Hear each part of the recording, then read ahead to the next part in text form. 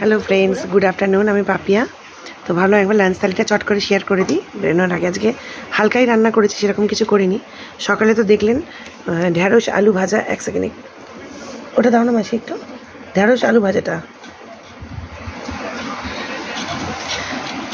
ওটা ব্রেকফাস্টেও করেছিলাম। আমার ছেলে যেহেতু ঢ্যাঁড়স আলু ভাজা ছাড়া মানে আলু ভাজা ছাড়া খায় না, তো এই যে এখানে ঢ্যাঁড়স আলু ভাজা, এখানে করেছি ভাত, এখানে ভাত, এখানে করেছি মাছের তেল, বেগুন দিয়ে মাছের তেল চচ্চড়ি, আর এখানে পেঁপে আলু দিয়ে মাছের ঝোল। এটা এবেলার জন্য। সকালবেলা সবাইকে তো ঢ্যাঁড়স আলু ভাজার সাথে একটু রুটি করে টিফিনে দিয়ে দিয়েছি, আর রাত্রির জন্য আলু পটল চিংড়ি মাছ দিয়ে তরকারি করে রেখেছি। তো ওটা শেয়ারও করেছি। এই আজকে রান্নাবান্না কেমন লাগলো প্লিজ কাইন্ডলি কমেন্ট সেকশানে জানাবেন।